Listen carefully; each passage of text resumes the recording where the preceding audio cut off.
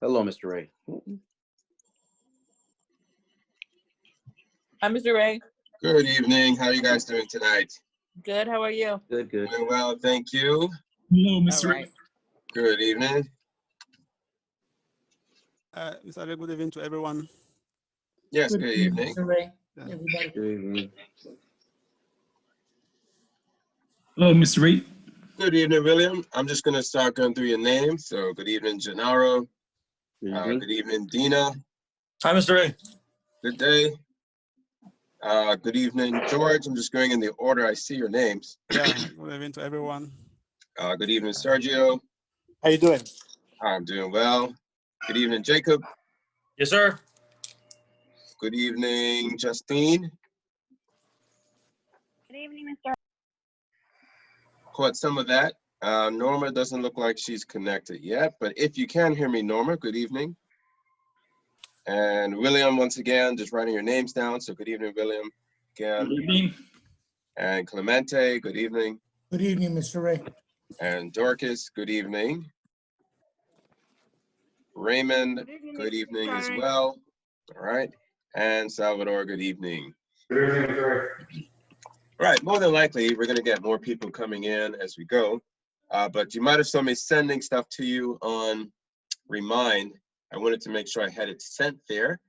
I don't want to repeat myself, so I'll go over what those documents are towards the end when everyone that is planning to be here gets here. I have some people already written me as they're in traffic and whatnot.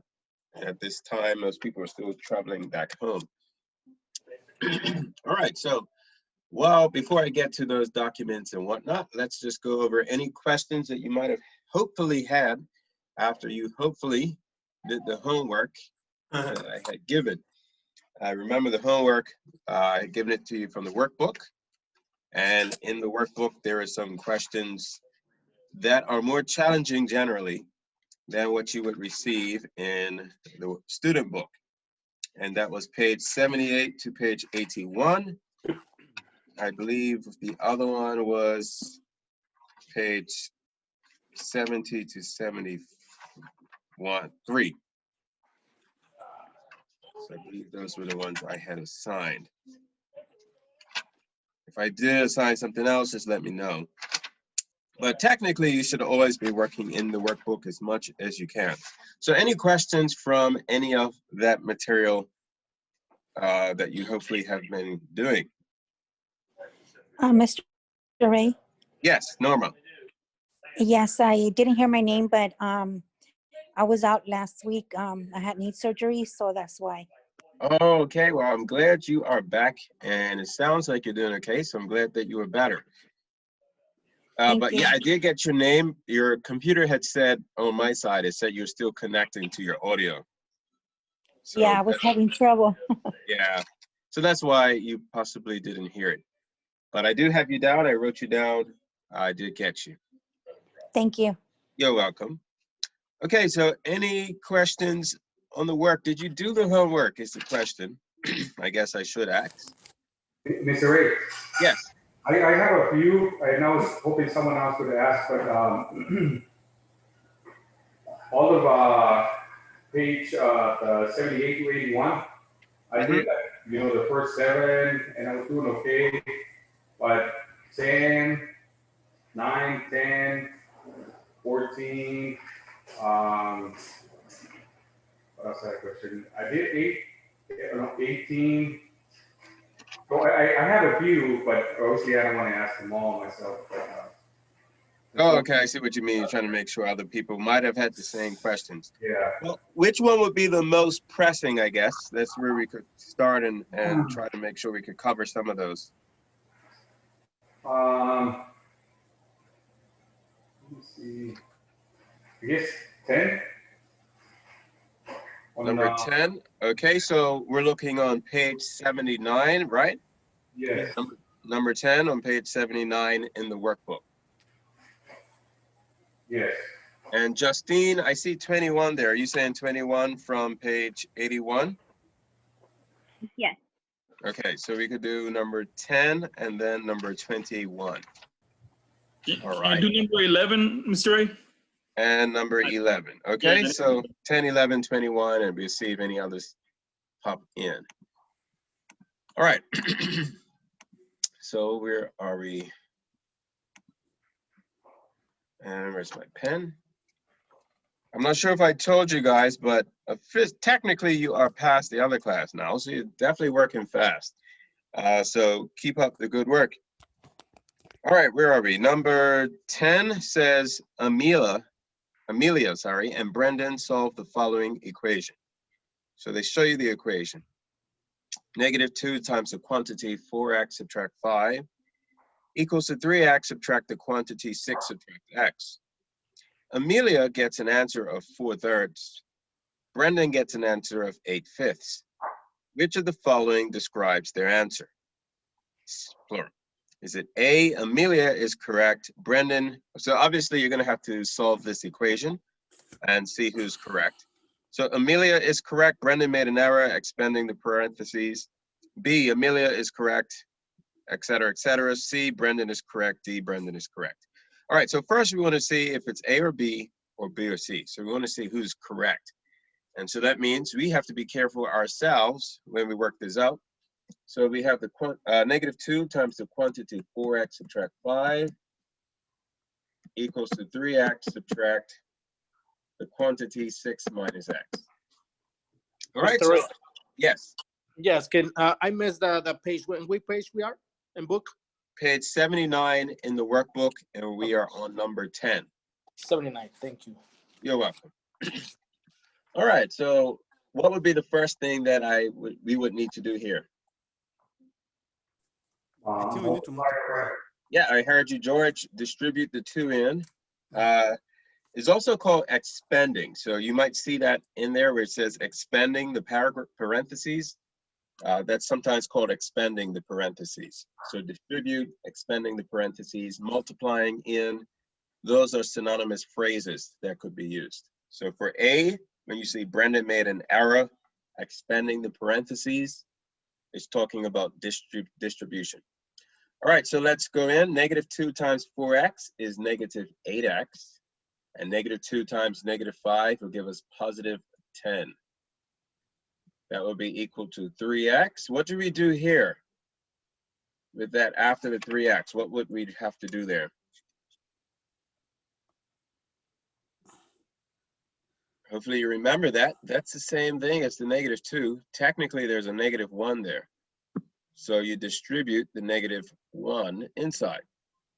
-1 times 6 is -6. And that looks a bit weird. And negative times a negative becomes +x. Just trying to turn on the fan. It's hot. All right, so we have here -8x plus 10 equals to 3x subtract 6 plus x. Everybody with me? Yes. All right, what would we have to do now? Collect like terms. Collect like terms. And before we do that, look on the left side. There's nothing there that's alike. How about on the right side? Anything on there that's the same? The x's. The x's. So how many x's will I have now? 4. So I have 4x subtract 6. Okay, now what do? We continue collecting like terms, but where do we collect them and how? You want to get them on the other side of the equal sign. Right, And, so we want to like and isolate the x. All right, so which x should be the best to move? The -8. The -8x would be the easiest to move by doing the opposite operation with the same term. And what we do to one side of the equation, we will do to the other. And make sure that you line it up with its like term. All right, those 8x's will cancel out. Just trying to see how I could cancel it so it looks like they're all gone. We're left with 10 equals to what? 12x 12x minus 6. And we need to keep on solving. So how do we do that? Move the -6 to with the 10. Right, by doing the opposite operation, which is plus, with the same number. What we do to one side of the equation, do to the other. All right, so that will get us 16 equals to 12x. All right, and then what would be the last step here? Divide, do the opposite, instead of 12 times x, so it's 12 divided by 12. Same All thing. right, so 12 divided by 12 and do the same thing as you stated.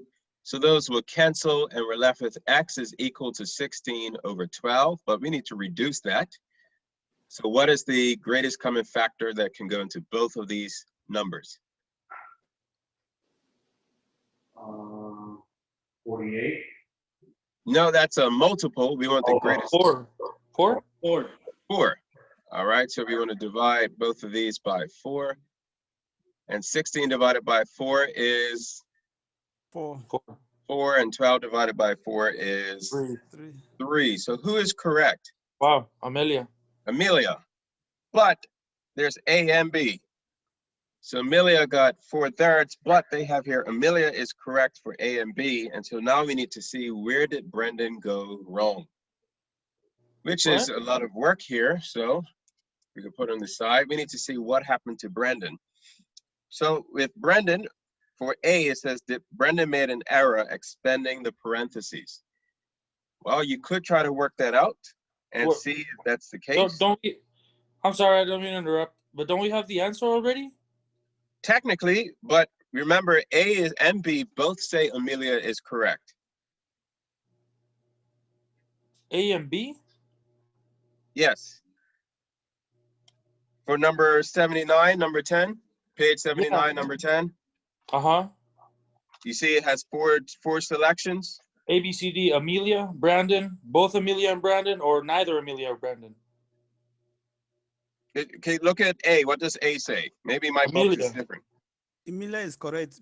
Brandon. Okay, Amelia, what does B say? Brandon. Yours says Brandon? Yeah, Brandon Oh, is okay. 8/5.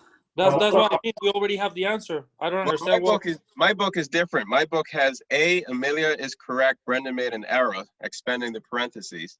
Then it says B, Amelia is correct. Brendan used the wrong operation. So for me, A and B are both Amelia is correct. Oh, wow. Then you have to say which one is the better one based off of Brendan's error. Huh, Now, that's wow. Okay. Now, more than likely, they thought that was too difficult and they pulled that out. So they made it. Okay. Yeah, So- here is much simpler with what we got already. You solving the equation. We're on my end. I already know what the answer is. So what does your C say? C is both Amelia and Brandon. What is D? Neither Amelia nor Brandon. Oh, okay. Yeah, they made it much easier. So here you had to, once you got the correct answer, you had to choose between A and B based off of what mistake did Brendan make. Gotcha. That was more of a teacher question because as teachers, when we grade, we're told we have to try to figure out where they went wrong. Where they went wrong. But that makes it easy for you guys. So your choice was A, I believe? Yeah. Yeah. All right. So A was the answer for that one. I'm sorry, I didn't mean to interrupt the whole process. No, I'm glad because what do we need to do now? I guess we're there, but yeah, you're done. I'm glad because I would have went through all this trouble and everyone would have been like, what is this? Mr. Ray, Yes. on the last answer, on the last number that we got, the 16 over 12, you know, the 16 divided by 12. And obviously you said you find the greatest common factor, is that what you did? Yeah. If we use a calculator, it will give us an answer out of 4 over 3. I can barely hear you. Sounds like you're far away. If we use the calculator, it will give us an answer, right? Yes. If you put 16 over 12 as a fraction, if you put it 16 divided by 12, it's going to give you a decimal. So you have to put 16 over 12 using the fraction button, and then it reduce it for you. Okay. Yeah. All right. So, and then I think the next question was number 11. Actually, it was 21. I want to go in the order it was asked. So I know I'm jumping over the place, but I do want to stay in the order in which the questions were asked, unless you guys don't mind. So I think it was, I can't remember who asked me for 21. I think it was in the chat. I did. Who was that? Justine. Justine. Justine, do you mind if I do 11 first? Oh, no, go ahead. Okay, I thought it'd be better just to keep it in order. All right, so number Okay, thank 11 you. says if 0.1q subtract 0.2 times the quantity, 3q plus 4, is equal to negative 0.3 times the quantity, 5q plus 3, what is q? So this is actually pretty similar to what we had done in the book, in the student book. So you just basically solve this. You're going to have to use your order of operations to simplify it first. Remember, whenever you get complex equations, the first step is always to simplify. So first simplify, you might remember I wrote those steps out. So the first step is to simplify, and then you can solve. So how would you go about simplifying this?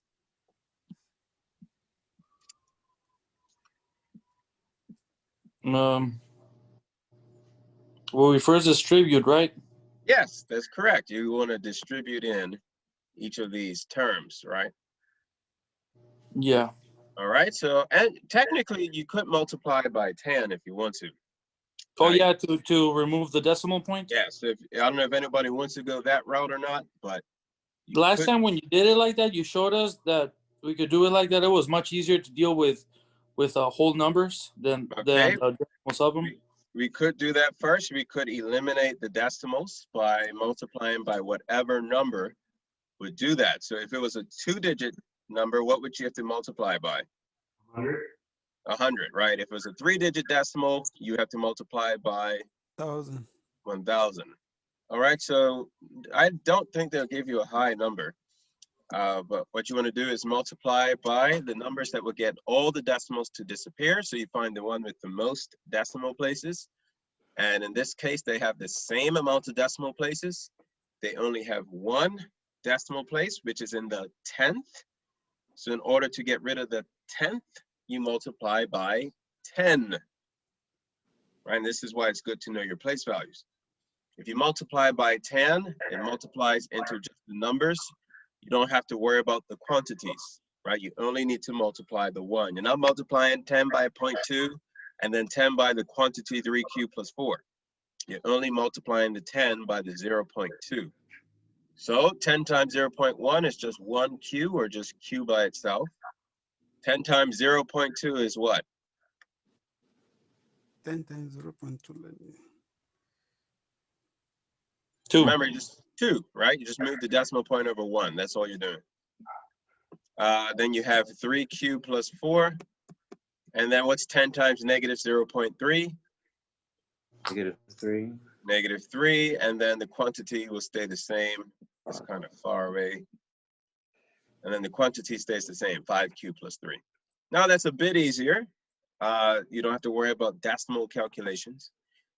And now you can start to distribute as Jacob said. So if you distribute, what would you have now? 5q. Remember, Plus- we're multiplying when we bring those in. Oh, it's a -2. -5. It is -2, but we're multiplying. Oh, 2 por 3. 6. -6q. -6q, yes. And then -2 times +4 would give us A -8. -8. All right, and then same thing over here, -3 times the quantity. So the first term would be -15. -15q, Q. and then That's 9. -9. -9, right? Okay, so we got it down a little bit easier, but we still need to simplify by collecting like terms. Over on the left, are there any like terms over there? Q's. The q's. So q subtract 6q. This is where everyone needs to practice on their integers, but always 16. use money. Say that again. -16. You're doing these two? Oh no, I was collecting my. -7. I was working all the way at the end first. Oh, My bad. okay. Yeah, well, you could do that. You could bring the q over there and get -16 and then bring the 6q. You can still do that. Oh, you know what? That's a 9. No, I'm sorry. Continue, Mr. I didn't mean to disrupt. Oh yeah, my nines and I was looking at it when I was writing. I was like, man, my nines and Q's look a little alike. I need to work. That's a peculiar cue. Mr. Ray. Yeah. So, sorry. On this case, on the do we get the Q and the -6Q together before we jump over to the other side? You could do what I just showed you. You could bring the Q's over one at a time, or you could collect them first and then bring them over. Okay. Yeah, so either way you would get the same answer. But if you subtract these two first, what would you get? 5Q. 5Q. -5Q. Negative Yeah. 7. Close. That's -5, right? Think of it as you have $1 and you owe someone $6. And they're like, I need my money now. And I only have $1. And so they're like, well, give me that. So you give them the $1. How much do you owe them now? 5. 5, or Five. -5 to represent you're still in debt. And that. Amen. All right, so that's -5Q, subtract 8, -15Q, and my Q's, and that's a 9. Try to make a difference. Mr. Ray, where do we have the 5? I'm confused. Where do we have the 5Q? Let me see. The minus 5Q. If you treat it like money, you have the 1Q, because Q by itself is 1, Yeah. and then you have -6Q. Remember, negatives are like money, so think of it as owing someone $6. If you Okay. have $1 and you owe someone $6 and you give them the $1, how much money do you owe them now? Okay, I'm clear now. Thank you. All right, so and remember, owing represents negatives. That's why I say most times when we deal with money, we have no problems understanding, because we're not going to let someone jip us. So it's easier to try to remember integers with money. If you're from somewhere cold, thermometers might be easier because you're used to looking at well, it depends on how old you are, but you're probably used to looking at thermometers as well. All right, so what would be the next step here?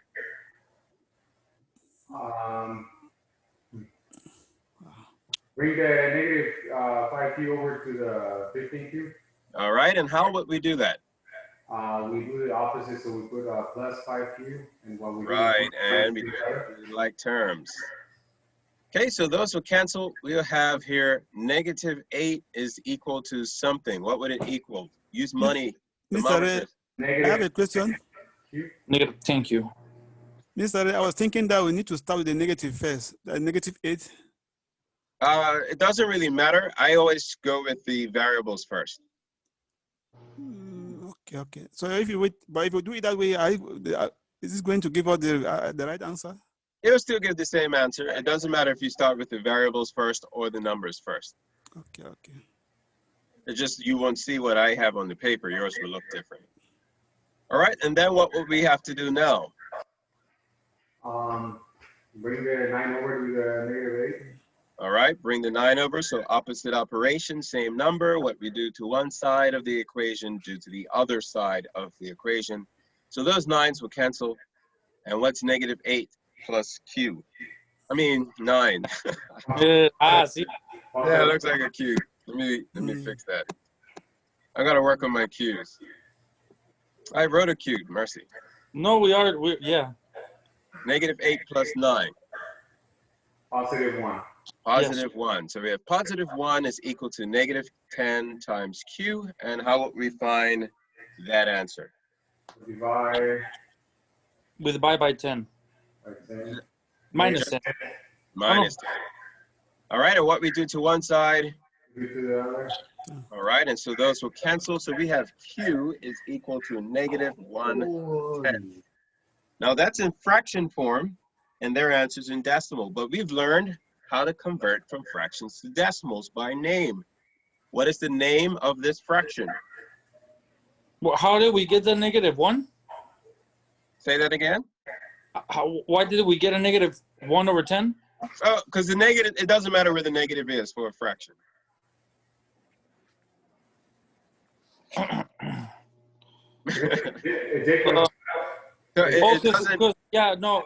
it's my mistake because I made it a +10 trying to divide. Oh, yeah. It's just, When we divide or multiply, it's with the same sign and the same number. We don't do it like we do up here.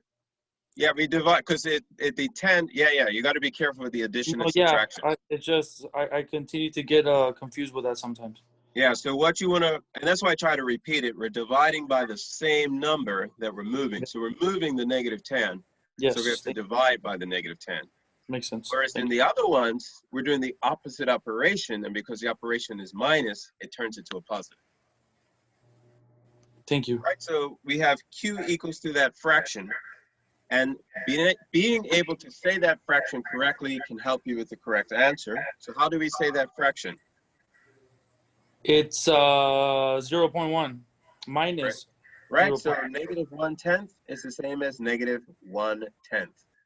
1/10. Okay. So negative 0.1, the correct way to say it is negative 1/10. Negative Because 1/10. the 1 is in the 10th position. And as a fraction, you can see it, 1/10, 1/10. And so that's our answer. So what would be the choice selection there? E. D. All right, so that's how you do number 11. And then the other question was number 21. So that's on page 81 on the workbook. Any questions before I move on? All right. Sure. Did someone say sir or? No, I said no, sir. Oh, okay, no, sir. I thought you said sir. All right, number 21 says they have a diagram, and in the diagram, it's a rectangle, and all the sides are given. The opposite sides of the rectangle are always the same. So the opposite side of the x is x, the opposite side of the quantity. Remember, a quantity is terms that are being added or subtracted. So the opposite of the quantity is x plus 7.5, so they're equal. Number 21, then axis, it says, excuse me, the length of fencing around a garden with width x feet and the length quantity x plus 7.5 feet. Even though they don't have the parentheses, because it's an expression, we treat it like a quantity. So in the length x plus 7.5 feet is given by f equals to 2x, right? It's 2 x's, right? Is x on one side, x on the other. So x plus x is 2x. So literally what they done is they did the perimeter. Perimeter is the one side x plus the other side x. Plus the one side x plus 7.5 plus the other side, which is x plus 7.5. And when you add those up, you end up with 2 x's plus 2 of the quantity x plus 7.5. So that's what they done there. So then they say, if the total of 65 feet of fencing is used, what is the value of x? So what would we have to do there? If the total, and if it's the total fencing, what's another name for the total fencing around a rectangular plot? Begins with P. Well, F Perimeter. equals 65. Perimeter. So what would F equal? 65. 65. So we replace F with 65. And then once you do that, you solve. So I'll let you guys do this one. I won't talk through it. So go ahead. I'll talk through it once I see some answers. So go ahead and try number 21. This is a bit easier now that it's set up, and you should know what to do. You remember when you solve equations that are more complex, the first step is to simplify. So you need to simplify and then solve.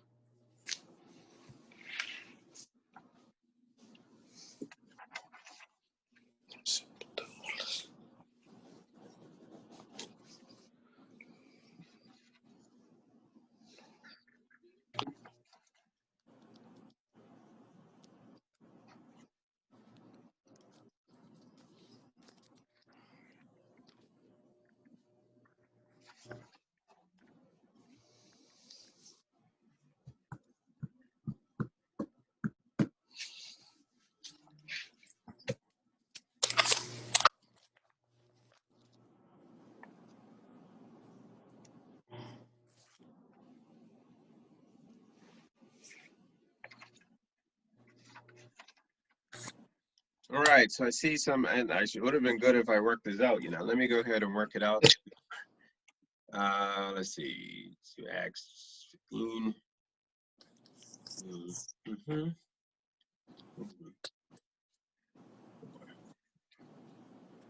All right, so I have the answer. Hopefully I did in my head, but if I got it wrong, forgive me.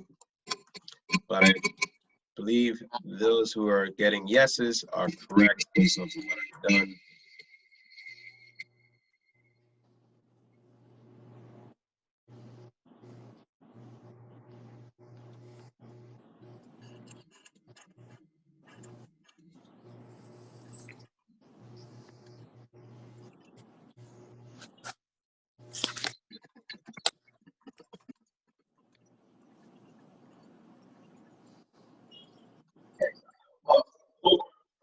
Answers that have come in. Anyone else sending in answers? You can send it in privately. It does not have to be to everyone. I respond to you privately, so you don't have to see my response. But it's good if you try it. You do want to practice, practice, practice, practice, practice. Remember, you should be practicing 6 to 8 hours a week. So that's 2 hours that you get in class, or 4 hours technically each week, plus your additional homework. If you're doing that, you will start to see that it gets easier. And I could tell that for some of you, it is getting easier. Then you want to participate. Don't be afraid to get a question wrong. I mean, I made mistakes, right? Sometimes I mess up when I'm writing. So don't be afraid of saying the wrong thing. It's all part of the learning process.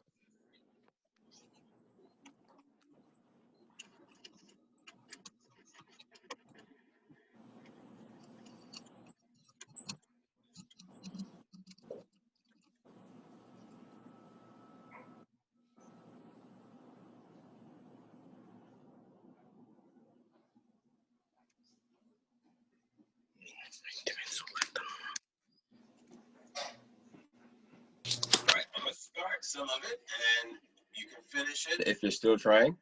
So remember, you're going to have to do what? What's the first simplifying step? You start distributing. You have to distribute first. So we have 65, and make sure you distribute to everything. 2 times x is 2x, and 2 times 7.5 is 15. What would be the next simplification? Like terms. So what would that be if I add those like terms? 4x. 4x plus 15. And then how do I solve? Where do I start first? Because now it's simplified. Move over the 15. All right, and how do we move that 15? Negative 15. Right, so we do that on both sides of the equation. And what's 65 subtract 15? 50.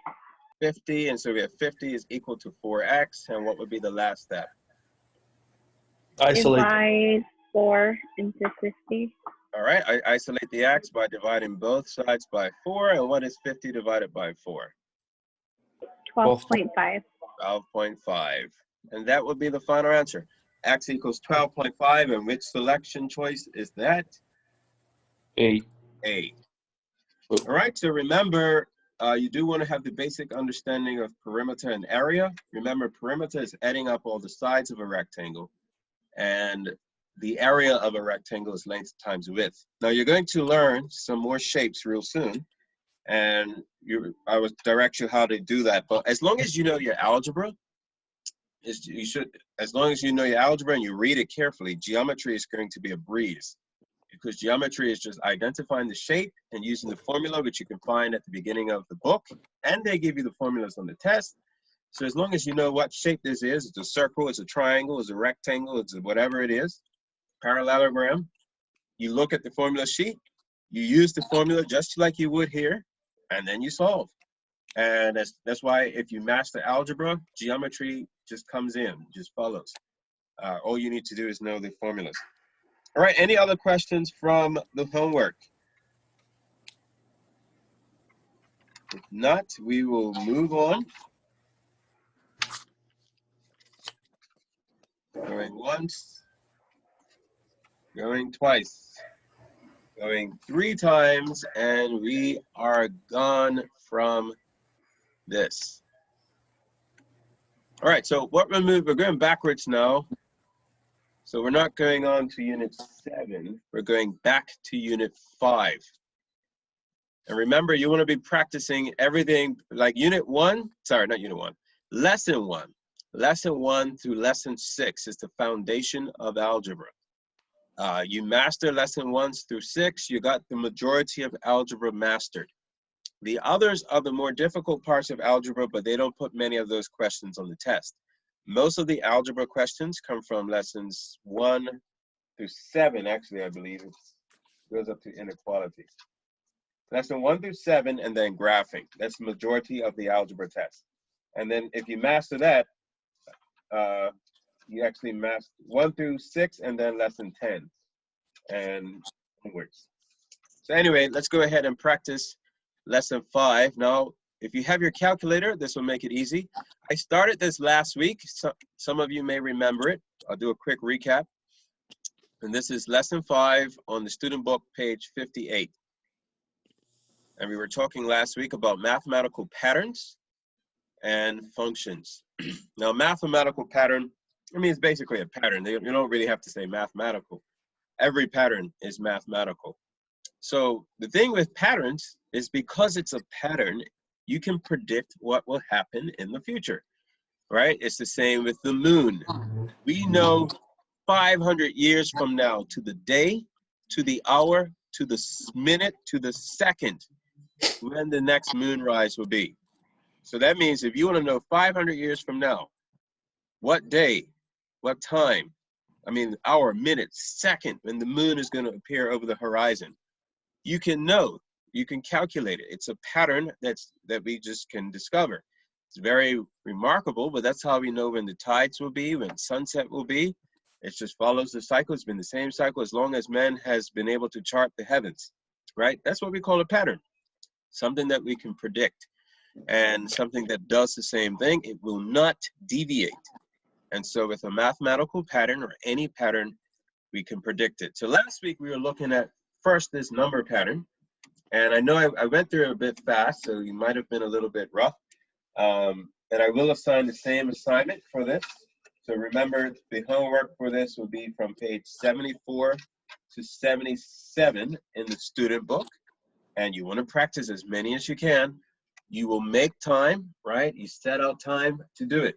Whether it's after you put your children to sleep, if you have young children. If you don't have young children, then you should have a lot of free time on your hands. If you don't, because you work more than one job or something, try to fit it in wherever you have a break. It may seem stressful at first, but just think that once you get over this hurdle, the sky can be the limit. So remember, you're making time to practice, especially in algebra, because algebra is the majority of the test. And then it also branches over to geometry. So majority of the tests you can pass if you're good in algebra. And of course with fractions and decimals and whatnot. All right, so last week we were looking at this number pattern. What would be the next numbers, next 3 numbers in this pattern?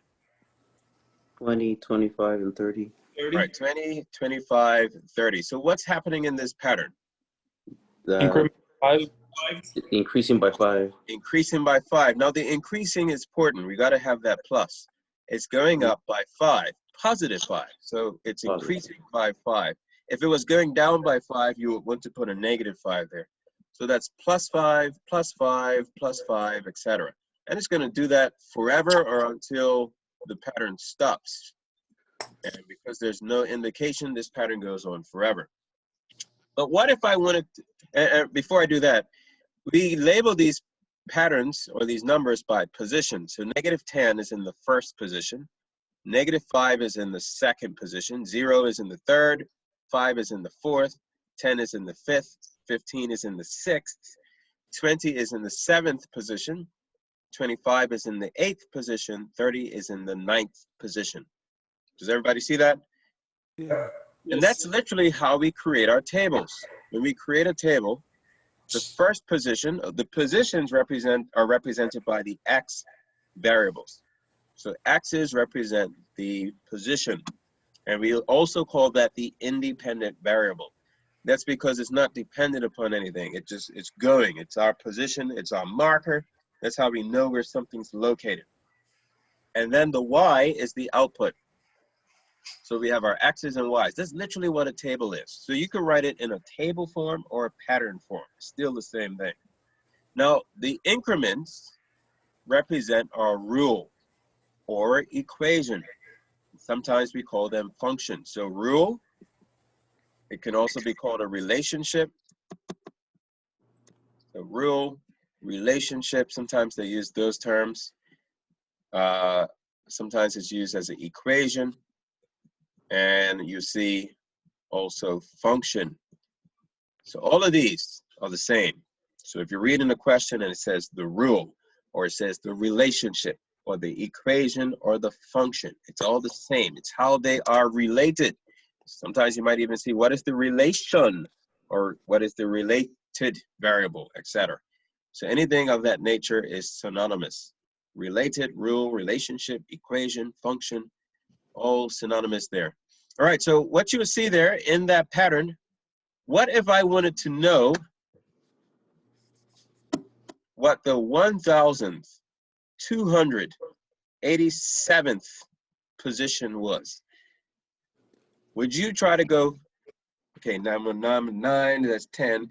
So 5, 35 is 10, 11, that's gonna be, you get the picture? Are you gonna wanna do that? No, it'll take forever. No, you'll be there forever, literally. You're gonna be there for a long time. Mr. Ray, but let me ask, why, if we divide the 1,287 by 5, I think we know that it will be spread up to this number of. No, because if you divide 9 by 5, do you get 30? No. Oh, so don't try that. Dividing it by 5 will not get you there. Same way, if you divide 5 by 5, you're not going to get 10 if you look at the positions. So that's not going to work. We need a different pattern. And that's exactly what we're going to do. We're going to use the pattern. What is the pattern? Increments of 5. Increments of 5. And increments of 5, instead of saying 5 plus 5 plus 5 plus 5 plus 5, what's a shorter way to do that? With a power. Multiples, actually. So multiples of 5. Gotcha. These are our multiples of 5. That means it's 5x. That's what multiples of 5 is. If I said multiples of 3 could be represented by 3x. Multiples of 2, 2x, 2 times the number, right? 2 times the position of the number will give the value.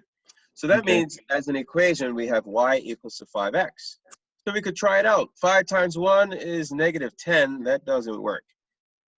So in this one, although it's multiples of 5, it's not starting at 5. What is it starting at? -10. So we need to subtract something to get us to -10, because the regular multiples of 5, 5 times 1 is 5. But here, 5 times 1 is saying -10. So 5 subtract what will get me to -10? Well, you could just go backwards. -15? 15, yeah. We could literally just say 5, 10, 15, right? We could just count backwards. And so that means if I subtract 15, I will have my equation. And this equation will work for any position now. And you saw that was pretty quick to get it. 5x subtract 15. And you could just count once again the positions. Because we know that they're going up by 5s, remember, you could just count backwards by 5s. So you could literally just say, because you'll normally start here. So just say 5, 10, 15. So I subtract 15. And that's my equation. Now, just to show you that it works, let's say I wanted to find the 6th position. Well, my 6th position represents x. So that means I could say y equals to 5 times 6 plus, sorry, not plus, minus 15. And what is 5 times 6? 30. 30. And what is 30 subtract 15? That's awesome. 15. 15, right? And so now I have an equation that I can predict the 1,287th position to see what that number is. And I could just substitute it in there. I could substitute 5 times 1,287 and then subtract 15, and it will tell me what that number is. And I can use a calculator, which will be faster, or I could even do it by hand, which wouldn't be that slow either. It'll probably take you about a minute or so to do it by hand. But now you can see you could predict just about anything. You could predict what the millionth position would be, or the 10 millionth position. If it was 10 million, I'll just say 5 times 10 million, well, that's 50 million, and subtract 15. So that's going to be 49,999,985. And that's the actual answer. Sorry. Yes. So we use the 5 because that's the relationship, right? Yes, that's the relationship that's happening between each number in the pattern. Okay, so that's why we multiply the 5 by the position of the number that we want to know the value. Right. Yeah, the minus 15 part, I'm still a little lost on that. All right, I figured that's normally takes a little bit of practice, and that's what we're going to do right now. Now, another name for this is sequences or progressions. Okay. So if you listen to the word pattern, it's very similar to the word sequence. It's very similar to the word progression, and those terms can also be used. So it could be a number progression, how it progresses. It could be a number sequence, the sequence of the numbers. Those are synonymous terms. And that's the thing about English, there's so many synonyms, but those could be used on the test. So keep that in mind. Sequence, you might have heard of sequential, and also progression or progress, right? Progress, progression, and pattern. Those can be used interchangeably. So pattern, sequence, progression can all be used. All right, so what we're going to do is just practice that a bit, just so that you can see how we can devise it. All right, so here, let's say I had the multiples of 2. Normally the multiples of 2 are 2, 4, 6, 8, 10, etc. Right? But let's say I don't start at the first position of 2. Let's say I start a little bit further back. These are still the multiples of 2, but my rule has changed because it's starting at a different point now. So I can't just say 2x. So if I get a progression like this, or a sequence like this, or a pattern, then I first just need to see what is my progression. How are the numbers incrementing? So it's incrementing by a positive 2 each time. Does everybody see that? Yes. Yep. Right, but notice we shift it back. And so we want to once we figure that out, we know it's going to be y equals to 2x. But we're not starting here. This is normally where we would start, which means the first position has been moved over 4 units. So if I wanted to find out what that is, well, I can start from the 2 and just count backwards. And that's how much I would be subtracting. Yes.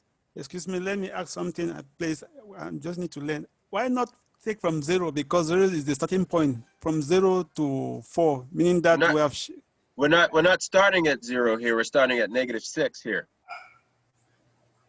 Because I was thinking that from 0 to 2 is 1 point, then 2 to 4 is another point. That is why I was thinking. Okay, I think I see what you might be saying. So originally, when we say the multiples of 2, if I ask you what the multiples of 2 are, what would you say? Okay, 2, 4, 6, okay. Right, so normally this is the first position. But what we have done is we went back further to -6. And so the first position has now been moved over here. So we're still going up by 2s. It's still the multiples of 2, so it's 2x. But I need to figure out how much am I subtracting away from 2. And I could do that of many different ways. There's a lot of different ways to figure that out, but this way might be easier. All you have to do is count back how many 2s you have to go. 2, sorry, don't have the pen on. So if I start from the first position, 2, 4, 6, 8. So I have to subtract 8. Does that make sense? Mm-hmm. Okay, so okay, I I think I got it. So you starting from the one, the number that is actually the relationship, the pattern, which in this case is 2. Right, the multiples of 2. Yeah, and then you come back to where you started. So that's where you get the -8, correct? Right, that's where you get the -8. The other way most people find more difficult is literally to subtract them, like 2 subtract -6. Oops, I don't know what happened there. 2 subtract -6, and that's 2 plus 6 is 8. So that means you'd be subtracting 8 units.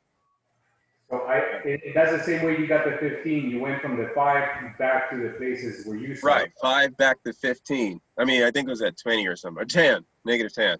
So Right. 5 back, if I go back places to the 10, I get -15. Yeah.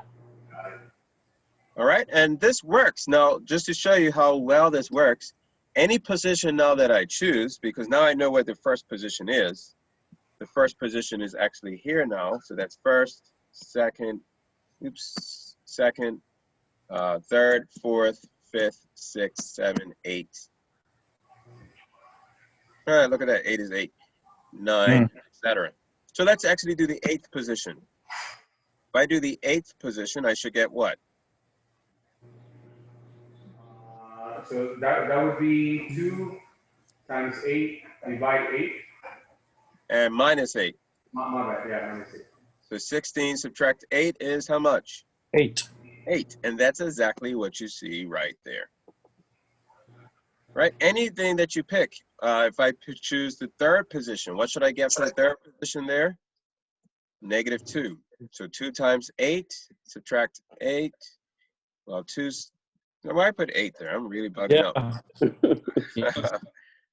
2 times 3. How do you get the 8? I don't know what happened there.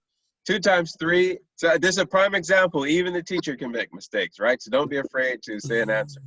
2 times 3 is 6. The good thing is, since I was saying it, when I said it and looked at it, I was like, hey, that doesn't make sense. So 6 subtract 8 is -2. Exactly what you see there. So if I wanted to predict what the 115th position would be, I could just substitute 115 into the rule or the equation that we were able to derive. So 230 minus 8. Say that again? So that was 230 minus 8. Right, 230 minus 8 would give you the position, so 222. 22. All right, let's try it again. I'll do about 3 or so more because they're going to ask you randomly different types of questions. Actually, let me do one more example first. What happens if you go down? So let's say I'm at 12 and then, okay, 9 and then 6, 3, 0, -3, -6. So by now you should see what's happening there. So what would be the rule? What's happening here? My -3. We're going down by -3 now. So what are my multiples? I'm doing the multiples of 3. 3. But what I need to have there is a -3. negative. So that's -3x. But where's my first position located? At 12. 12.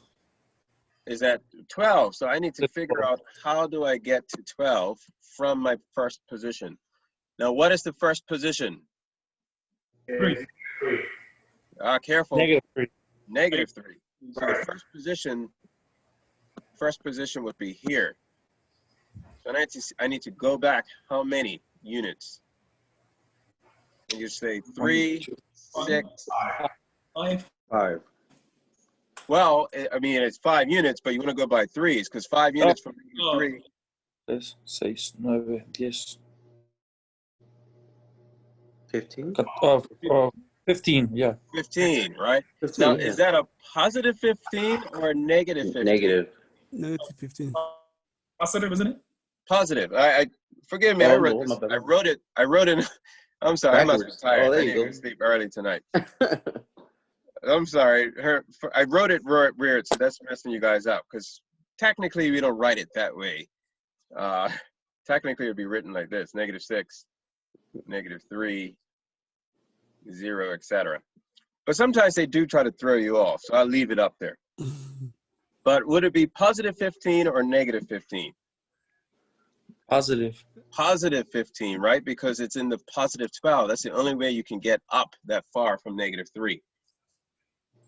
You could even think of it as money. Man, I owe $3 and I need to get to $12. How much money do I need? I need $15 or positive 15. Does that make sense? Mm-hmm. Yes. All right, so once you do it, you can check. Any position that I put in there now will help me out. So if I put in the second position, and like I said, I wrote this wrong, so it's going to throw everybody off. Obviously, I am a little bit tired, so I'm making these little mistakes. And that was a big mistake, actually. This one should have been written in the proper order. I ended at 12. So 12 from 12 to negative 6. thank you. So negative 6. This is how I should have written it. But 0, 3, 6. all right. 8, 12. Forgive me for that, you guys. No, 12. But I mean, it could still work. You could still do that position and get you there. Like if you would have substituted the 1 in there, it would have still got you to the 12. So it would still work. So for those who did write it out, but I just really want to stress that you won't normally see the numbers written in that order. So just to show you that it still does work. You know, I feel bad that I wrote it this way, but it still works because it doesn't matter how the position is written. So your first position now is actually the 12. And if you actually do that, you see it still works. Yeah. So if you are trying to find the first position and you say y equals to negative 3 times 1 plus 15, you're going to get y equals to negative 3 plus 15. And what is negative 3 plus 15? 12. So it doesn't really matter. I mean, sometimes they do throw in curveballs at you and they do it in a different direction. So it's very possible you could see it written in a way that you're not used to counting, right? Because you could think of it as counting down. So sometimes it can be written in that format. 1, 2, 3, 4, 5, 6. If I wanted to find the 6th position, that's y equals to negative 3 times 6 plus 15. And what's negative 3 times 6? That's negative 18. And what's negative 18 plus 15? Negative 3. 3. All right, so you still get it. I just know that it might have thrown you off the way I wrote it. But sometimes it's good to do that because I might have not have gave you an example like this if I was rested. So I'm actually glad. I'm going to leave it this way. So forgive me if I had you erasing and all that. But it's good to sometimes have those challenging ones that could pop up. All right, any questions on how to find the equation? Mr. Ray, Yes. I was a little confused, but I think I'm getting it now. So we just, we'll see if it's on 3's increments, so that's the relationship. We just counted, 3's. So the position negative 3, 1's at 0, and then plus 3, plus 3, plus 3. That's how we get the positive 15. Right, because you're looking for that multiple. Okay. All right, so well done there. So let me see. I think. Mr. Ray, Yes. I'm lost. I can't get it for some reason. You can't get what? I don't understand. My brain is frozen. I can't understand. If you're like me tonight, we probably just need some water. All right, let me try another one and see if that helps. Let's say we have here. Frozen or frozen. I don't know. 1, 3. No, sorry, that's not going to work. Yes, it can. 1, 3, 5, 7, 9, etc. So first of all, what would be the 6th number in the sequence? 11. 11. So what are you going up by? 2. 2. So that means you're doing multiples of 2, right? So y equals to 2x. However, okay. However, we're not starting at 2 there. It's a bit shifted. And not only is this one shifted, there's no 2 there. There's no 2. But what is the difference between 2 and 1? 1. So subtract 1. Mhm. See, that's Don't get it. We're going to keep doing them, but that's how you would do it. Subtract 1, right? 2x subtract 1. Remember, the multiples of 2, where would you start for the multiples of 2? 2. 2, and then 4, 6, 8. What is, sometimes it may help us just to have it right underneath. So let me just do that real fast. If I took the regular sequence and put it right underneath that, what do you notice about those two sequences? They're off by 1. They're off by 1. How much? Is it positive 1 or less than 1? Less than. Less than 1. I mean, that's another way you could do it. You could literally write the regular multiples right underneath. So let's go back to this one, just to show you another way. Like I said, there's a lot of ways that people do it and can do it. So here we saw the multiples there were 2. You could literally just say 2, 4, 6, 8, and see what the difference is between the regular multiples and the ones that you have there. And what is the difference between each of these two? You could choose any of the numbers. The easiest one would be this one. What's the difference between the 0 and the 8? 8. 8. So I'm subtracting 8. Right? The difference between the 12 and the 4, subtracting 8. All it's showing is how did you shift your multiples of 2? Does that make sense? Yeah. Can you leave this one up so I can finish writing it? Yeah, I can leave that one up. Let me just write some more there. 14, 16, 18, right? You could choose any of those ones and you can see how it's shifted. Remember, this is the multiples of 2, but the 2's have been shifted and you can just do that, right? There's a lot of ways. Mr. Ray, so is that another way to get the number that you're gonna divide or add? Yeah. You mean the subtraction one? Right. Yes, that's another way that it can be done, right? You can write that underneath. So for instance, we figure out that it's a y equals to 2x. I didn't mean to erase the equation, right? We figure out that it's going up by 2s. So we say y equals to 2x. Oh, you're doing it all over again? Okay. Yeah, I was just going to do it over. Right, we know that the blue line is going up by 2s, so it's y equals 2x. We could write the multiples of 2s right underneath it, and that way we can see the difference. And if you choose any of the numbers, sometimes it's easier to choose the whole numbers, right? This is the original. What is the difference between the original and the new? 8. Subtracting 8, and that's another way that you can find the equation. It's a pattern. Once you figure out the pattern, just figure out how did the pattern shift. It's like trying to line up a couple. Okay, I get it. Yeah, that's another way. Does that help, Dorcas? And I think someone else had said it. I'll try my best. No helping me. All right, I'm gonna try one more because we can't stick on this all night. So I'll try another one here. Let's say we're going up. I almost said what we're doing. Let's say I have here 9.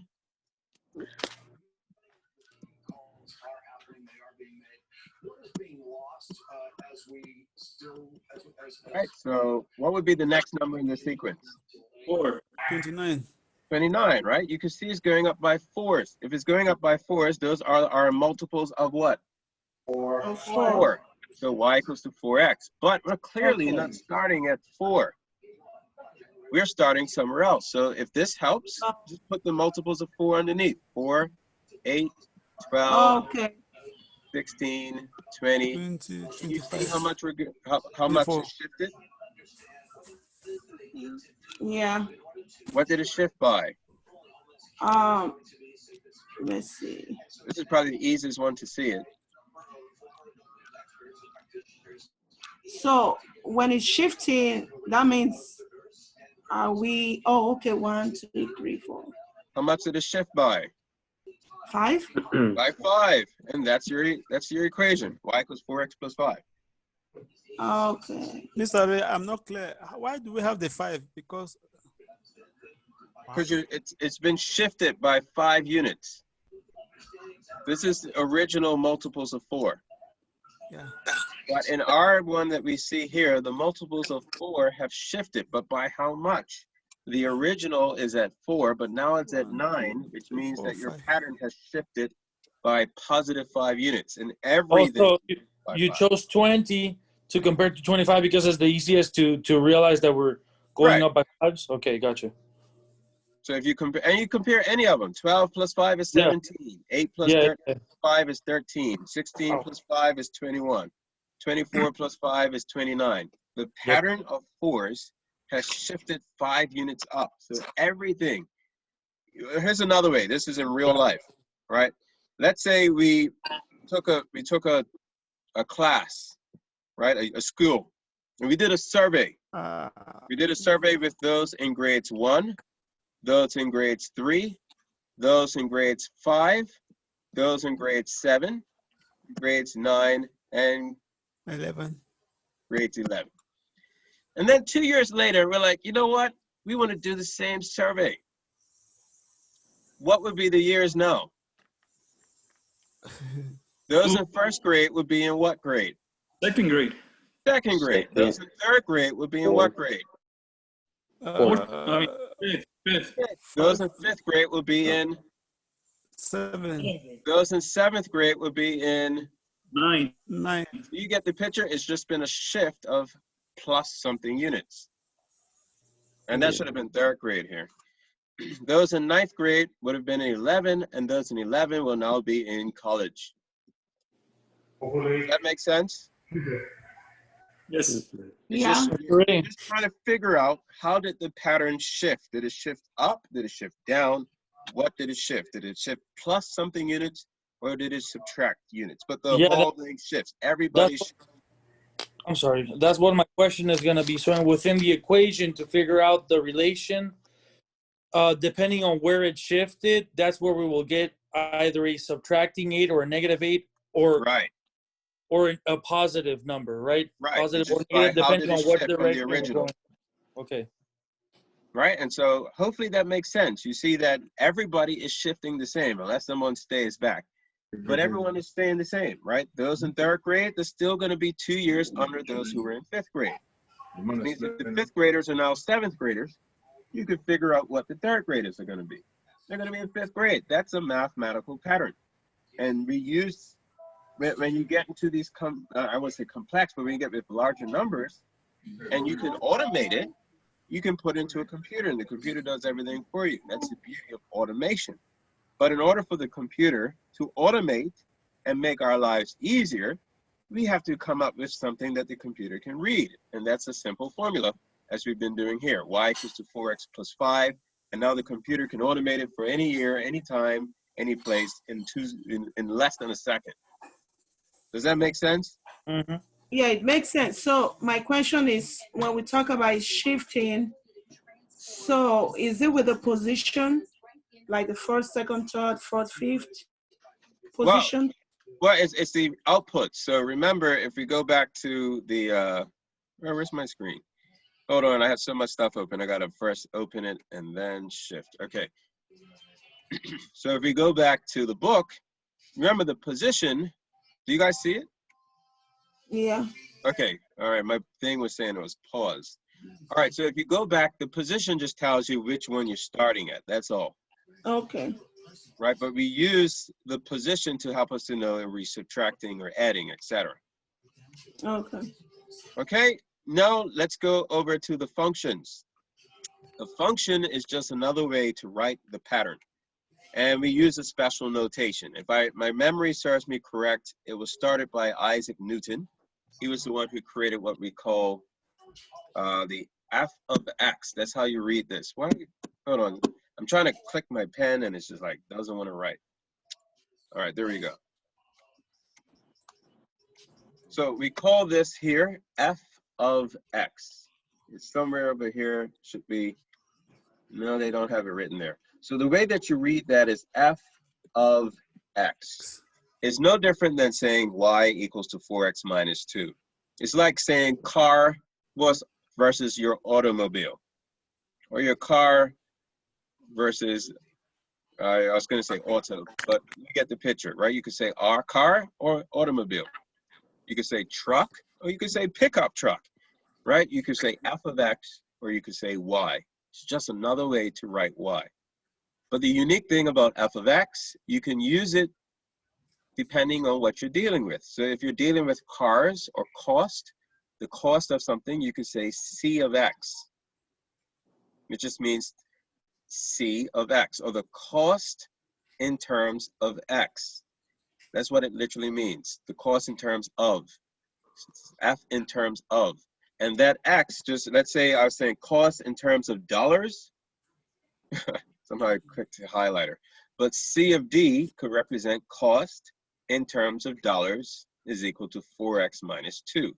So that means that if someone reads it, they're saying, oh, whatever I get is going to represent cost, and my x's, instead of x's, I can write now d, will represent dollars. Does that make sense of how to write it? So instead of saying y equals 4d subtract 2, I can say c of d, or c of x. And so this is just a notation so that we can write out our functions. So I can write it as f of x, I can write it as c of x, I can write it as d of t, I can write it as p of h, right? It could be anything. It's just function notation that allows us to see what the variables are. Hopefully that makes sense. So first of all, that's just the notation, how to write it. Does that make sense? Yes. Okay, perfect. Now that we know just the notation, these are different ways. You will see it sometimes written in f of x form, and sometimes the questions will be written in y form. They will interchange them. You will not always see it in f of x. You will not always see it in y form. Computer problems today.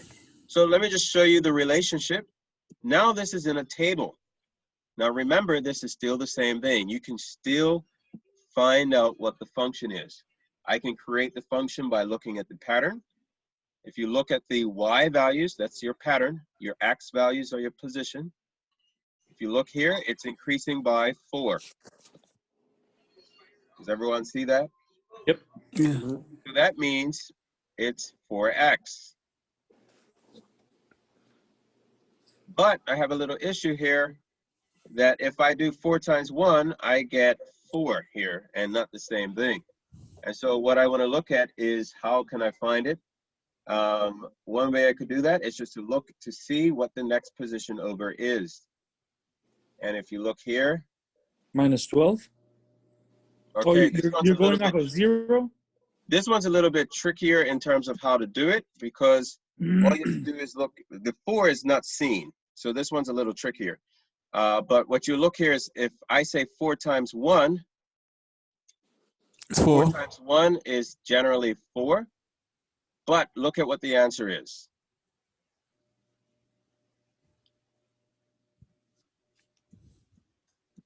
Maybe if you could see the 4. So let's see, 3 and 4. The problem is here that you don't see it, but what you want to keep in mind is just the positions. Mr. Ray, I have a question. Yes. When you look at the fx, you have the position of 10, 6, 2, minus 2. Then I was expecting to be having minus 6, positive 6, and rather 10. Because the distance from minus 6, 2 to 2, how does it come to be 4, plus 4? Because there's a -1 here, 0, 1, and 2. So that's the 4 units away. Minus 2 plus 2 goes to 4. So you got -1, 0, 1. So that's 1, 2, 3, 4 units. Okay. All right, so for this one, it could be a bit tricky because the pattern is a bit different. You don't see the 4s in the same way. There's no 4s here. And this is how we did the other one. Because there's no 4s there, you just got to think outside the box a bit. 4 times 1 would normally be 4, but notice it's 2. So what's the difference between 4 and 2? 2. 2, so you're just subtracting 2. So sometimes you might see the 4 in the pattern, sometimes you may not. But as long as you understand that the pattern is still following the same thing, you just want to try to find a pivot point and move from the pivot point. So you could decide what the equation is just by looking at the pattern. Now, generally, they're not going to ask you, but you never know. They always try to see how much you understand. So sometimes they try to predict. You can also predict what the next one would be. If I had 3 and 4 here, what would be the next number after 6? 10. 10. What would be the next number after 10? 14. 14. So you can even predict what those numbers are. Again, the table works just like what we did with the sequences. If I wanted to find out what that 3 was without the pattern, I can substitute that in. I can substitute in 3 for the x, and generally we'll put the 3 in there too. Wherever you see x, you just replace it with 3, right? That's what we're getting from here. So f of 3 just means that when x is 3, we're going to have 12 subtract 2. And what is 12 subtract 2? 10. 10. The same thing you see there. If I was to replace that and put 4 there, and I put 4 in there, 4, I should get 14. So wherever I see x's, I put 4's now. What's 4 times 4? 16. 16. And what's 16 subtract 2? 14. 14. This is how patterns work. It's a pattern. It's the same. You just have to really explore it with it. The more you explore it, you see how patterns work, you can start to predict things about patterns. But hopefully you're seeing the connection. Remember, if the 4's aren't in here, if your multiple's not in there, all is not lost. Just try to find the position. One of the easiest is just to start with the first position. I know 4 times 1 should be 4. It's not 4. It's actually 2. So what would I have to subtract to get 2? 2. Does that make sense? Okay. Yes. All right. The more you practice, the easier it gets. So remember, you want to practice page 74 to 77, but never give up. Some people are like, man, I don't get it. I give up. I gave this an analogy to another class. It's like saying somebody is a baseball pitcher. No, not a baseball pitcher, because he uses one arm. He's an outfielder. In the workbook, or No, baseball was a bit different. Let me say something like soccer, right? So for soccer, you have to use both feet, your left and your right. So let's say a person can't kick that well with their left foot. Do they give up and say, forget football, forget soccer, whichever sport they're playing? Do they say forget it, or do they work on the left foot? They go home and they practice kicking with their left foot. So if you find out you're weak in a certain area, don't give up. Don't say that it's beyond you. You go back and you work on that weak spot. Does that make sense? Yeah. If basketball, if somebody can't shoot from the post, they just keep missing, guess what they're going to practice? Guess what the coach is going to cause them to drill? You're going to practice shooting from the post until you can get that in. If a person can't shoot 3-pointers from the sideline, you need to practice your 3-pointers from the sideline. Right? So same thing here. If you're having any troubles with it, go over the material. It will click. All right, the last thing that we want to look over is patterns. So here we have different patterns here. There's a set of triangles happening, and they're asking you to find out how many triangles are in each one. So what do you notice here? We notice how many triangles in the first one? 1. All right, so we see 1 triangle in the first one. How many triangles do you see in the next one? 4. 4. How many do you see in the next one? 9. 9. How many do you see in the next one?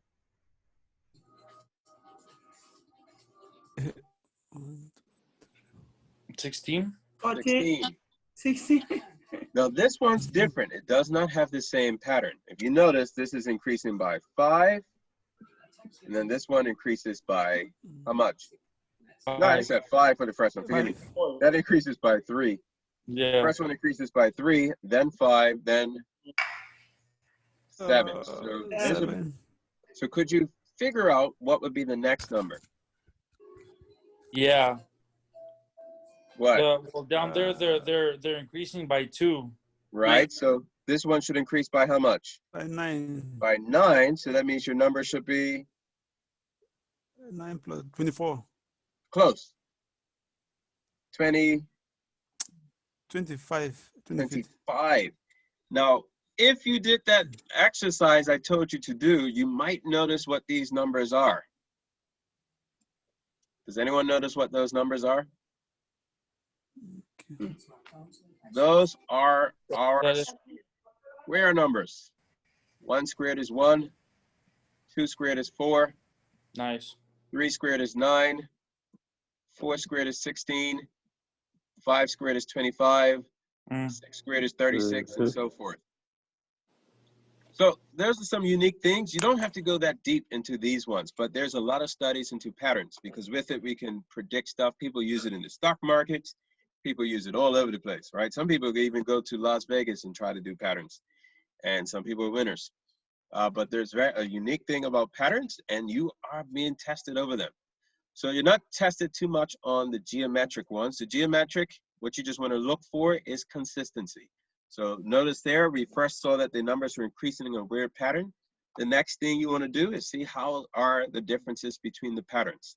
You will only get 2 types of sequences, square ones and the regular ones we were just doing, which we call arithmetic sequences or linear sequences. So only 2 types that you would get, so you don't have to worry about anything crazy popping up. You will either have ones like we just did with the geometric, or the ones dealing with the tables and numbers. All right, with all that said now, let's try to do some of these problems. Remember, repetition deepens the impression. The more you do it, the better you understand it. The more you try to pull yourself from it, the harder it will get. So the key is to practice, practice, practice. And the more you practice, the easier it seems. All right, just like riding a bike. What is the value of f of x if x equals to 4 in the function f of x equals to x squared subtract 5?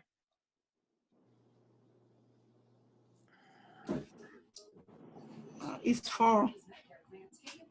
Okay, I hear 4, but first of all, x is 4, so wherever we see x, what are we going to write in there? 4. 4. So we have f of 4, as I heard, and then 4 squared. So do you well to practice substituting into parentheses. Subtract 5. And what is 4 squared subtract 5? Well, first of all, what's 4 squared? I heard the answer 16 minus 5 is 11. Oh. Right? So that's just using the substitution. And we substituted for every single one. So substitute in, and we get our answer. All right, let's try the second one on here. Now this one, you have 2 options, really 3 options. But we're just gonna look at 2 of those options. It's a lot of words here. It says, Susan made a table to show the amount of sales tax due on typical purchase amounts. The function she used is y equals to 0.08x. Notice they didn't put f of x, they used y, because you can do it interchangeably. It's like I can call it a car, you can call it automobile. But we both know we're talking about the same thing, a vehicle. Does that make sense? Yep. Same thing here. F of x equals 0.08x or y equals to 0.08x. You can say automobile, vehicle, or car. All right, so that's our equation. We could use the equation, or we can remember that equations are patterns. So can anyone figure out what it would be for 25? Let's use patterns. What do you notice about this? 40-cent increase. All right, so what would be at 25? $2. $2, and that's your answer. How much sales tax does Susan owe if her purchases total $25? $2. $2. Or you can substitute into the equation. 0.08 times 25. Do that on your calculator and see what answer you get. If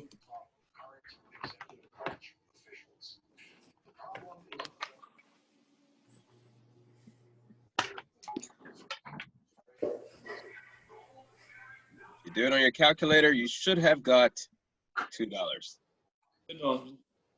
Did everybody get that? Yeah. So I hope you're seeing it. That's the connection.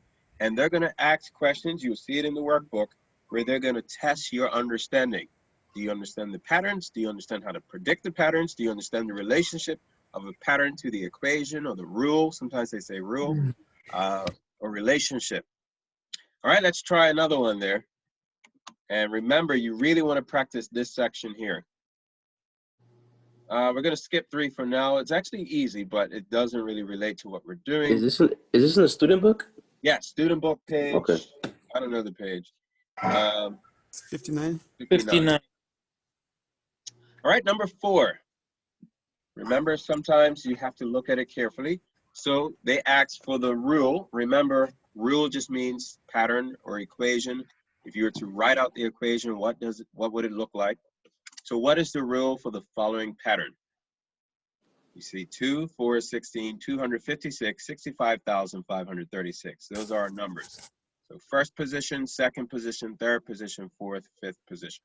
So they're just asking you, what would be the rule? Are you multiplying the previous term by 2?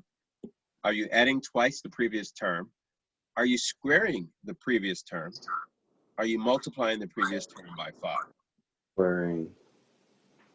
Did I hear again? it? You multiply. I just read the selection. Squaring it? Did I hear squaring from 2 people? Yeah, Yes. squaring. Yeah, is right. squaring. Yeah, that's correct, squaring. And you could have done that by cancellation. You could see you're not multiplying by 2. It only works for the first one. 2 times 2 is 4, that's all right. But 4 times 2 is not 16. So clearly it's not the first one.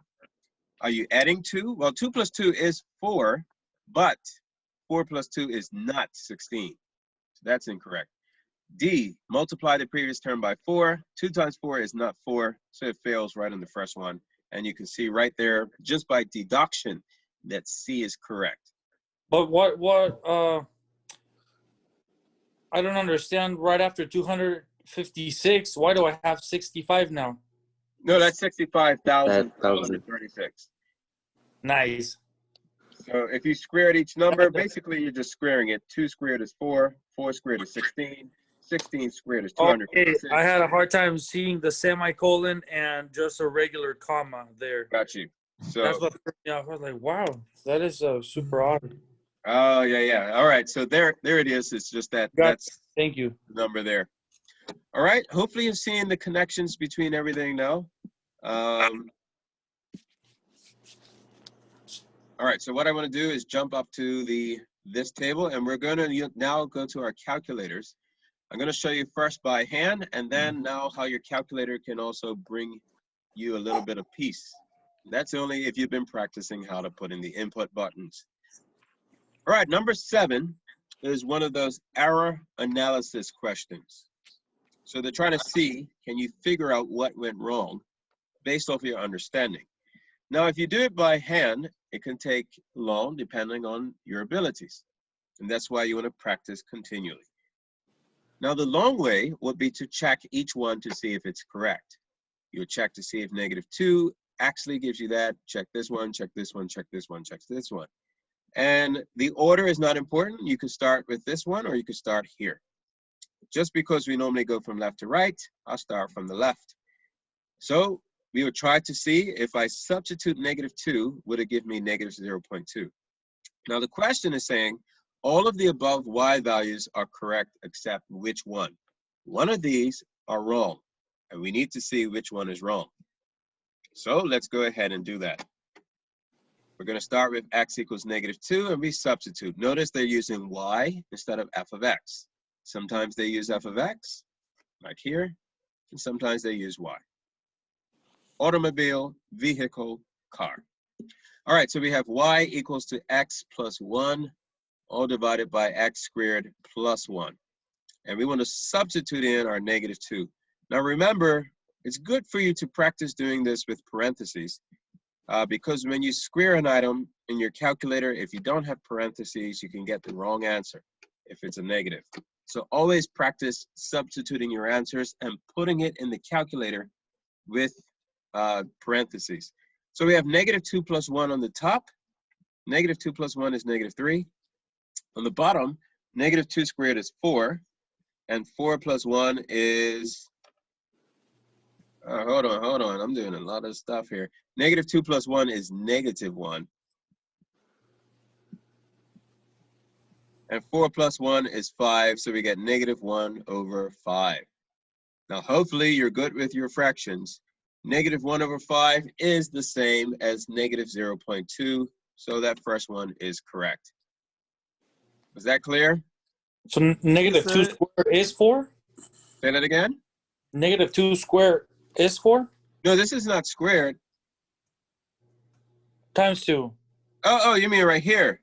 Yeah. Yes, -2 squared is 4. That's why I said make sure you put it in parentheses. If you don't, you're going to get the wrong answer if you don't use parentheses. You're going to get -4, and that is -2 wrong. times -2, right? Pardon? Which okay, I'm just trying to figure out the sign aspect of it, which is Yes. -2 times -2 gives, yeah, okay. Yeah, -2 times -2. Two negatives is a positive. Yep, it's a positive. Yes, sir. Right. But when you do it without the parentheses in the calculator, what the calculator is reading, because what we're really saying is we're saying -2 times 2 as a quantity, because you're saying you're squaring only the 2. And so it gives an answer of -4. So when you put it in the calculator, you must put parentheses. And that's why in the beginning I said you want to practice always putting your answers in parentheses.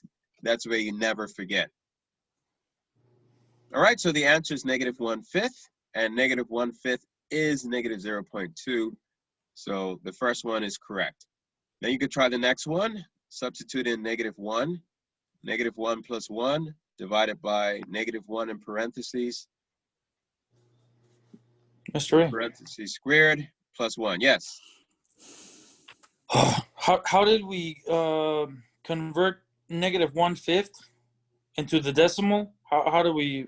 Well, that's one. I don't know if you remember, but I tell you guys to remember some important fractions, and I did that in my head. But you can do it in your calculator as 1 divided by 5. 1 by 5. Yeah. And it should give you, if your calculator still gives you out a fraction, just do 1 divided by 5.0 or just 5 point, and then it'll give you the answer. Even if it's -1/5? Well, because it's a negative, you know it will be negative at the end. It'll turn into decimals, okay. Yeah, so -0, the negative goes with the decimal. Another way you could do it is 1/5 is the same if you multiply it by 2 as 2/10. And that's exactly what you see there, -2/10. And then also at the beginning of fractions, I had told you guys to memorize some important fractions to make life easier. It was 1/5 is the same as 0.2. 1/4 was the same as 0.25. 1/3 is the same as 0.333 continuous. 1/2 is the same as 0.5. I think I did 2/3, which is the same as 0.666 continuous, and 3/4 is the same as 0.75. Those are fractions that you just want to know. Saves you a lot of time when dealing with decimals. Mr. Rick, can I type it in the way you're writing it down in the calculator? Yes, you can, and that's what I was going to show next. You remember, use the fraction bar, the SD, and then just type in the top button, what you see here, and then on the bottom button, type in what you see at the bottom. No, so I was doing it the opposite way. Okay. All right, I was going to show that at the end of the second one. So here we have -1 plus 1 is 0. -1 squared is -1 times -1, which gives a +1 plus 1, and that's 0/2. But 0/2 is just 0 because the 0 is on the top, not the bottom. And so that is correct. And I see an answer already. And we could keep doing that. I'm going to clear this. 0 should be easier. Y equals to 0 plus 1 divided by 0 squared, which is just 0 plus 1. We need parentheses for 0. And 0 plus 1 is 1. 0 plus 1 is 1. And so that's 1. So 1, 2, 3 are correct. And then we can try the fourth one here. We substitute in 1. 1 plus 1 over 1 squared plus 1 in parentheses, because we're going to practice that. 1 plus 1 is 2. 1 squared is 1, and 1 plus 1 is also 2. And that's going to give us an answer of 1. So this one is wrong. And as was given in the chat, who sent that in? I saw a C pop in the chat. Justine, that is correct. The answer would be C. C is wrong. That is not correct. The answer should have been 1. And so that's why C is not correct. You can check your final answer just to be on the safe side. And the way that you would do that is to substitute in again. You're substituting in 2. So 2 plus 1 over 2 squared plus 1. That's 3 over 4 plus 1 is 5, because 2 squared is 4. And 4 plus 1 is 5. And 3/5 is 0.6. You could convert to a fraction of 10. You multiply both by 2, you get 6/10, and 6/10 is the same, so that is correct. All right, so the wrong one there was C. Any questions there? So in the relation of y's, we would have a negative 0.2, 0, 1, 1 again, and then 0.6? There we go. That should be the correct order. Wow. Now, they're not going to ask you, I doubt GD would ask you to try to take this and create a sequence. That might be like on a higher level test. So you don't have to worry about trying to figure out that. I mean, it'd be good if you know how, but you don't have to. But yeah, that's correct. That should have been a 1. Okay. All right, first of all, now I want to show you again how to do this on a calculator. So I'm going to switch over. If you were having trouble doing it by hand, you can always use the calculator to help you. And not only that, you're going to see that you can use the calculator even more. So first of all, if you want to type it in, let me share the calculator screen. Use the fraction button right there, N over D. Gotta find it. Hold on, I need to get my book. This was y equals to x plus 1 over x squared plus 2. All right, so for this one, what were the variables? Negative 2? Negative 2. Yeah, negative 2.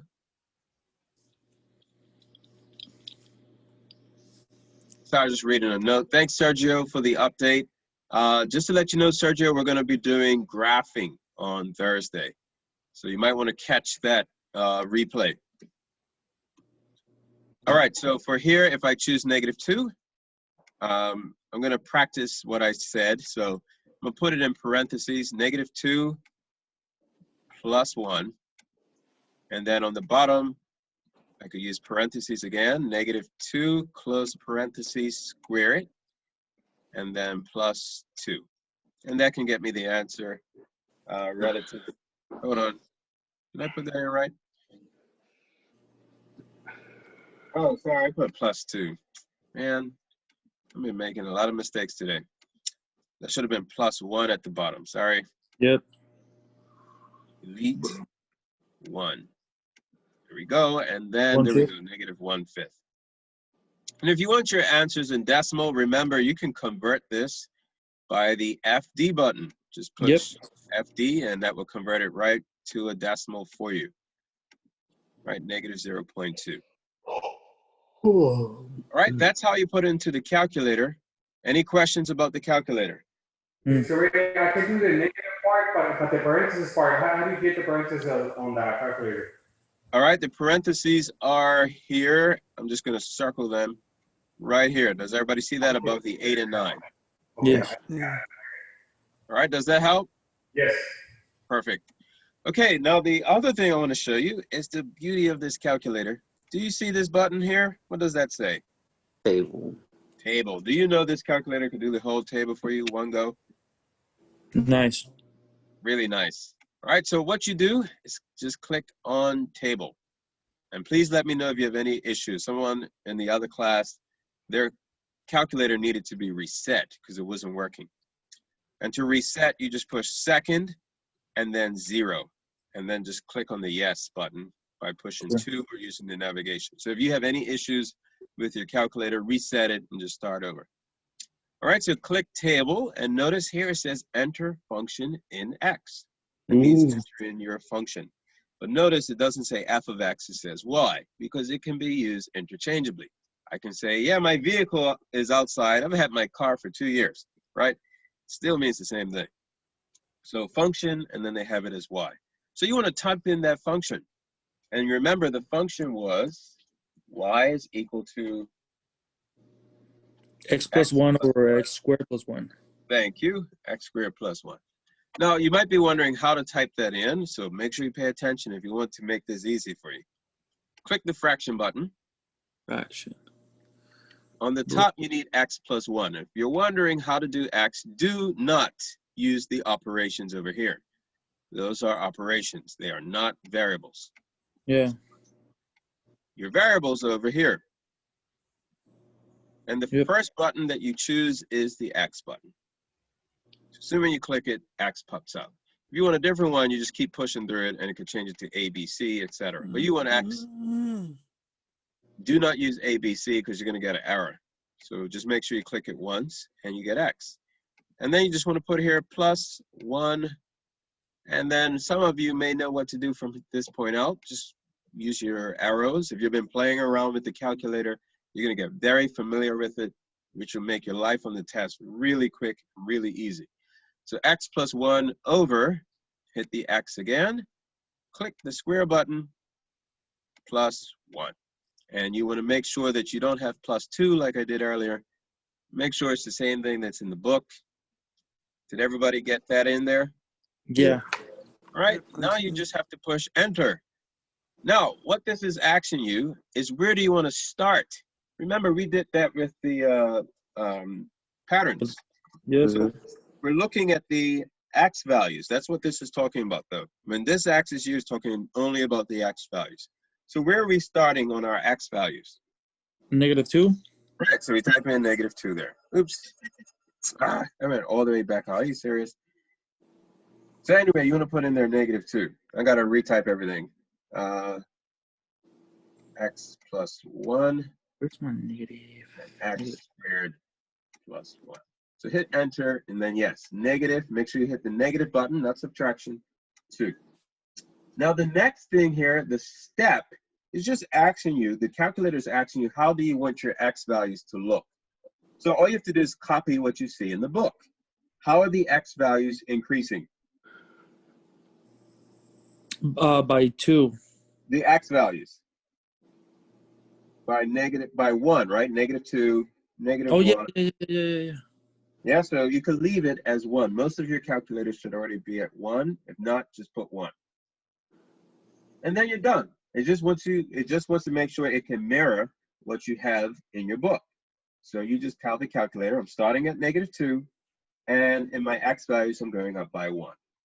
And then you just hit enter until you hit the OK, and bam, there you go. You see it starts at -2 in the X's, and it's going up by 1s. So you could then just write out your table.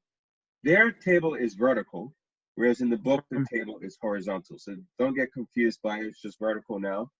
So notice -2 is -1/5. -1 is 0, right? And you can compare that to the calculator. X 0, Y is 1. And bam, there you see your error. When X is 1, Y should be 1, and that's wrong because they have, when X is 1, they have 0.5. Does that make sense? Oh, Yes. as you keep going down, you keep going down through the sequence. Yeah, 3, you 4, do the 5, whole 6. sequence. You could go on to, I don't know how far it goes, but you could go on for a long time, as far as I know. I've never tried to see where it stops, but you can do the whole sequence, yes. Okay, any questions about that? Nope. And you can go up. Yes, you can go up.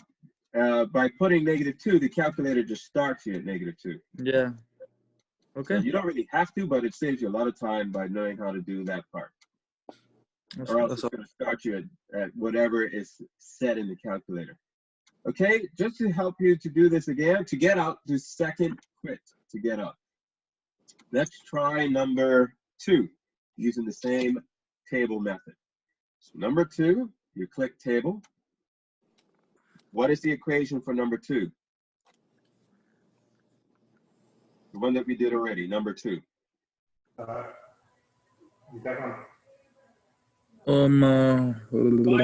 Isn't it? No, for number 2. Y equals 0.8x There we go. So we put in, you clear. 0.08. So make sure you clear your calculator right here. Just push the clear button. And just type in 0.08 0.08. and then X, and that's it. Make sure it's the same as in the book. Hit enter. Where does your table start on the X-axis? At 5. At 5, so you clear it and put 5, and then it's just asking you, because it wants to keep it the same as your table, how is your axis going? What is the step of your X values? Goes up by 5s. Goes up by 5s, and then you just hit enter until you get there, and bam, there you go. You can compare it. 5, 4 cents, 10, 8 cents, 15, $1.20, and then just scroll down, and you can see at 25 you should have 2. Nice. All right, and you can even do that with the one on page 58. The example on page 58, 4x subtract 2. You can put that right in the calculator, right? Any questions though, first off? No. All right, if you click table, clear this, and you do the one on page 58, 4x subtract 2. So 4x minus 2, hit enter. That table started at -2, so I just clear that and put -2. It's going up by 1s on the x-axis, so I just put 1, I hit enter until I get there, and bam, there you go, -2, -10, -1, -6, exactly what you see in the book. Does that help? Do you guys think this would be a great help for you? Yeah. Oh, Definitely.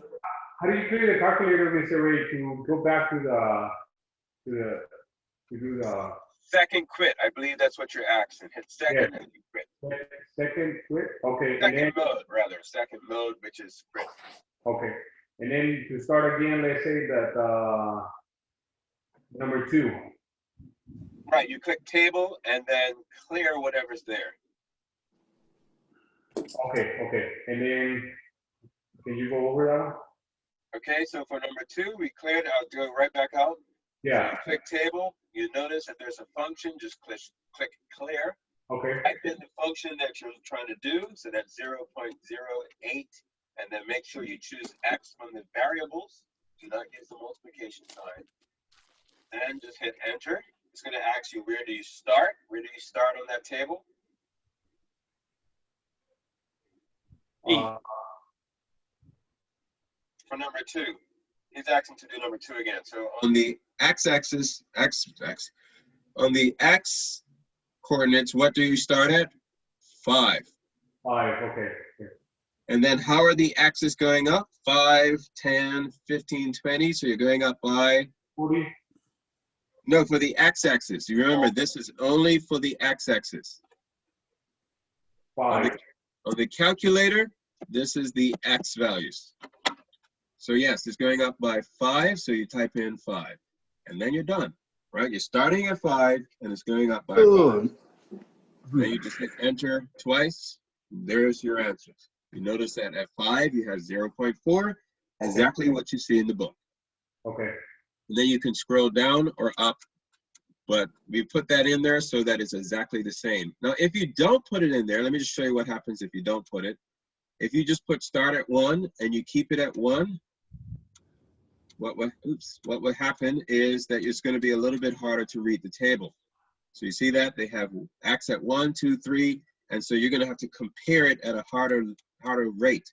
You're going to have to try to look for 1, look for 5. That's too much work. So do the 5, so we're doing 5 increments, huh? Right, you want to have the same increment as what's in the book. So you hit enter, it's starting at 5, and it's the X values. Remember, it's the X values are going up by 5, and then bam, exact same thing that's in the book. Whatever it is, whether it's in the homework, whatever, it's gonna, you just do that and you got it. Okay. So we went over all the basics. I showed you how to do it by hand. And as usual, I end up showing you how the calculator can do it for you. Okay, any questions there? All right, I want to see if I can get in 2 more questions. I have 2 minutes. Let's see if we can do a question per minute. And that's number 6 and number 8. So first number 8, and then if we have time, number 6. If not, we do number 6 on Thursday. On Thursday, we're going to begin graphing, which is, you need to know this in order to do graphing. Okay, number 8 says the following table contains, man, we can't do this. I'm gonna show you guys something. So we start here on Thursday. I almost forgot, I need to show you guys what I sent in Remind. So this first announcement is for anyone who is a native Spanish speaker. This is coming from the school. They want me to share this with you.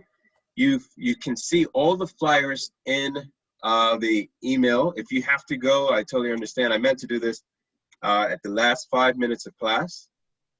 But let me go ahead and show you the information that the principal wants me to give you. So in the Remind, you should see a few flyers that I have put in there. And just going to share my screen. Now those flyers are the same flyers that I'm about to bring up right here. So the first one is a Spanish one, and I'm just going to read you straight from the principal's thing. So if you're a native Spanish speaker, they have a partnership with the Spanish course that's being offered for free by Chaffey College. And so that's this flyer here. If you click on it, you'll see this flyer pop up. And this is the flyer that you see. It's in the Remind group. So if your first one is just for any Spanish speakers, native Spanish, it's free online Chaffey College course for HSD students. It's a heritage course. It's designed for heritage speakers of Spanish, and that helps build upon your existing reading, writing, speaking, and listening skills and the cultural heritage. I'm reading right here. The course is entirely conducted in Spanish. Over here are the applications. You actually have to click it. If you click here, like you see, it changed from a hand to a click. If you click that, it opens it up to the applications. So there's one for number 1. There's one for number 2 as well. If you click there, you can open up the 2 different things. The first one is to get an ID. And then once you get your ID, you click the number 2, and that allows you to register for the course. And then the last thing, number 3, if you click that, I can't see it because something's blocking it, but number 3 says something that is probably very interesting. A survey. All right, so that's the first thing. The second thing is for everyone. The second one is you can earn free college credit. Does everybody see this one, college credit? Yeah. Mm-hmm. All right, this is open again from Chaffey, and these are the classes they're offering to anyone enrolled in GED. So if you're enrolled, it's free tuition and free books, and here are the classes that they're offering. You see personal finance, that's a must in today's society. If you're interested in stars and galaxies, planets in the solar system, medical terminology, child growth, etc., right? All these different classes they're being offered for free. Fundamentals of public speaking, that's a great course. Every teacher has to take it, and if you're wondering if how a person can get up comfortably and speak, sometimes taking these courses can help. If you're interested in becoming in the pharmaceutical realm, basic pharmacology, so you see all these different courses here, history and survey of rock music, composition, all these different courses are available if you're in the GED program. And so if you click on that, the person, if you're interested in doing it, is at this email address, hearn.rz@fusd.net. If you want to enroll, the last day to enroll is January 17th. Once again, that is in what I sent. And then the last thing is, I think it's the same thing, free online courses. Yeah, it's the same thing, just showing you how to enroll. Everything is there. The last thing that is in that thing is what's it called? Microsoft Excel sheet. If you're actually interested in the classes and you want to know what are the details of that classes, the detail of the classes are found in the Excel sheet. This is what the Excel sheet looks like. And it just tells you the number of credits that you get. So if you want a college credit, if you're planning to go college at Chaffey, you can apply these credits. So it's little descriptions telling you what each class is about. All right, so those are the 4 things that I sent in Remind. You can click on those. Remember, they are hyperlinks. So if you want to get to those things, just click here. And if you do that, it'll open up a link. All right, so that's the last thing that I had to send to you.